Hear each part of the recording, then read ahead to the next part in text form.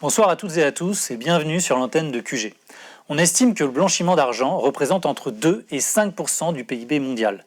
C'est une machine de guerre invisible qui finance le crime organisé, déstabilise les États et fausse les règles du jeu économique. Mais comment l'argent sale devient-il propre ?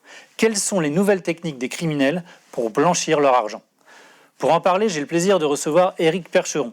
Chercheur associé à l'IRIS et expert en sécurité financière, il a passé plus de 30 ans dans le monde de la banque à traquer ces flux financiers opaques. Il publie aux éditions Max Milo « Les blanchisseurs, argent sale et col blanc », un ouvrage qui décortique les mécanismes de cette industrie de l'ombre. Avec lui, nous allons comprendre pourquoi le blanchiment est le cordon ombilical du crime, découvrir que l'immobilier ou le marché de l'art sont les nouveaux terrains de jeu des trafiquants, et voir pourquoi, malgré les régulations, l'argent sale n'a jamais été aussi mobile. Éric Percheron, bonjour. Bonjour. Alors, vous dites que le blanchiment est le fils naturel du crime. Est-ce que vous pouvez nous expliquer pourquoi ? Alors, en fait, je vois un lien de filiation entre les deux parce que lorsque on s'intéresse au crime, ou a fortiori lorsqu'on est criminel, l'objectif c'est de pouvoir en tirer un profit. À part pour les crimes passionnels, et encore parfois ça peut être aussi pour des raisons financières, mais j'aurais tendance à considérer que sans possibilité de monétiser le résultat du crime, la possibilité, la volonté de générer un acte criminel est réduite. Autrement dit, pour faire court, si vous savez que ça ne va pas vous rapporter, vous n'allez peut-être pas aussi facilement vous jeter dans un système criminel ou dans un acte criminel que si vous savez que de toute façon, il vous sera très facile de blanchir l'argent et donc d'en tirer les fruits. C'est dans ce sens-là que je considère que le blanchiment est vraiment le fils spirituel du crime. En fait, vous faites le raisonnement, pas de crime sans profit, pas de profit sans blanchiment, et donc logiquement, pas de crime sans blanchiment. Pas de crime sans blanchiment. Lutter contre le blanchiment, c'est une manière de lutter contre le crime lui-même. Voilà, et vous avez tout à fait raison. En fait, le blanchiment, la lutte contre le blanchiment, c'est pas un objectif final en soi, c'est un objectif intermédiaire. Comme on dit en économie, vous avez des objectifs finaux et des objectifs intermédiaires. Là, l'objectif final, c'est de lutter contre la criminalité, différentes formes de criminalité, on y reviendra peut-être, mais fondamentalement, ça n'est jamais qu'un moyen d'arriver à un objectif intermédiaire qui lui-même, on l'espère, aura une répercussion vers l'objectif final. Alors c'est quoi l'argent sale en fait ? Il vient d'où ? Alors l'argent sale, déjà c'est de l'argent. Ça a un pouvoir libératoire. Enfin c'est de l'argent qui vient de quelque chose qui ne peut pas être objectivement revendiqué. Vous travaillez, vous avez un salaire, vous le revendiquez, vous voulez peut-être une augmentation d'ailleurs. On est dans une logique économique tout à fait normale. C'est-à-dire que l'argent que vous gagnez, c'est de l'argent propre, c'est de l'argent classique, c'est de l'argent qui est connu, qui est déclaré, donc il n'y a aucun souci. J'ai un bulletin de salaire que je peux montrer voilà, vous avez un bulletin pour justifier de salaire, pourquoi j'ai de l'argent sur mon compte. Exactement. Et vous avez de l'argent sur votre compte justement parce que vous avez ce bulletin de salaire. Parce que si vous n'aviez pas de bulletin de salaire et si vous arriviez à votre banque avec une valise de billets, croyez bien que vous auriez beaucoup de mal à pouvoir déposer cet argent sur votre compte sans avoir tout un tas de questions de la part de votre banquier, ce qui est logique puisque c'est une obligation qui lui est faite au titre de la lutte anti-blanchiment justement.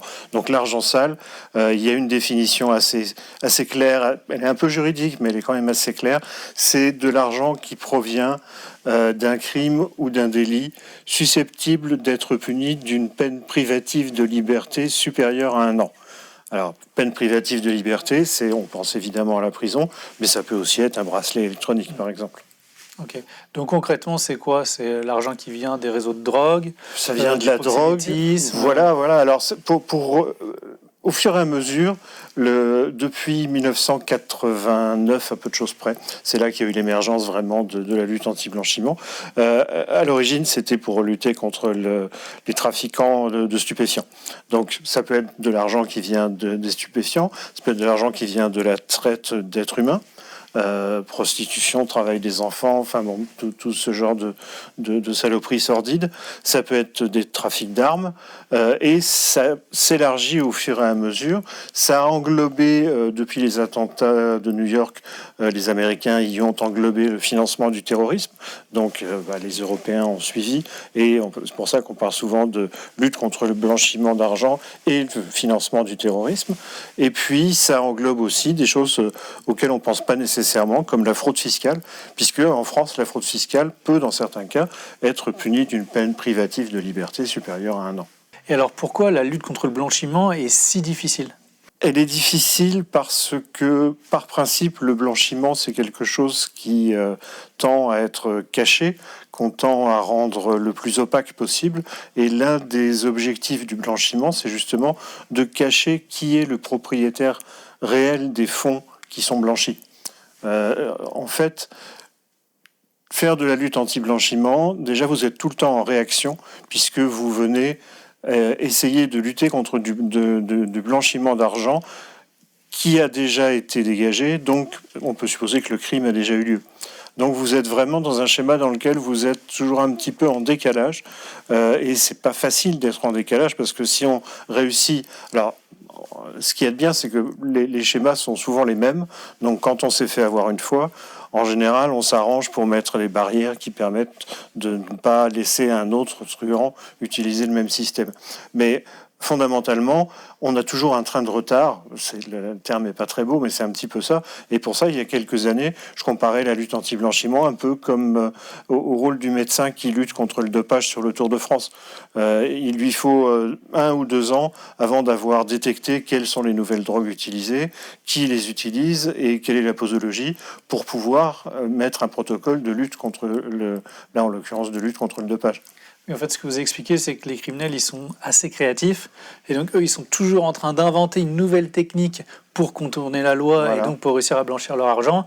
Et donc, le contrôleur, lui, qui lutte contre le blanchiment, il doit essayer d'anticiper les montages, de les découvrir en tout cas. Alors, il doit les mettre à jour. Ouais. Il doit, dans le meilleur des cas, il doit en imaginer. Et c'est là aussi que ça devient intéressant, parce qu'on est obligé de se mettre un petit peu dans la peau d'un blanchisseur, mais on ne sera jamais aussi bon que les vrais blanchisseurs, qui représentent maintenant presque une spécialité à part entière dans le monde du crime. Il y a de plus en plus de réseaux qui sont spécialisés, non pas dans le crime, mais dans le blanchiment des fruits du crime. Alors on y reviendra ça dans quelques instants dans l'entretien. Est-ce que vous pouvez nous expliquer quelles sont les 3 grandes étapes du blanchiment ? Alors, lorsque vous avez de l'argent qui provient d'une activité illicite ou criminelle, la première chose que vous allez vouloir faire, c'est l'introduire dans le système. En général, le système financier, parce que c'est plus facile, c'est celui auquel on pense tout de suite, même si ça n'est pas le plus simple dans la réalité des choses. Mais vous allez injecter l'argent dans l'économie, par petits bouts, en passant par différents pays, en passant par différents canaux, en passant par des hommes ou des femmes de paille, comme on dit. Et une fois que cet argent aura été ingéré par le système économique, à ce moment-là, vous allez le faire tourner.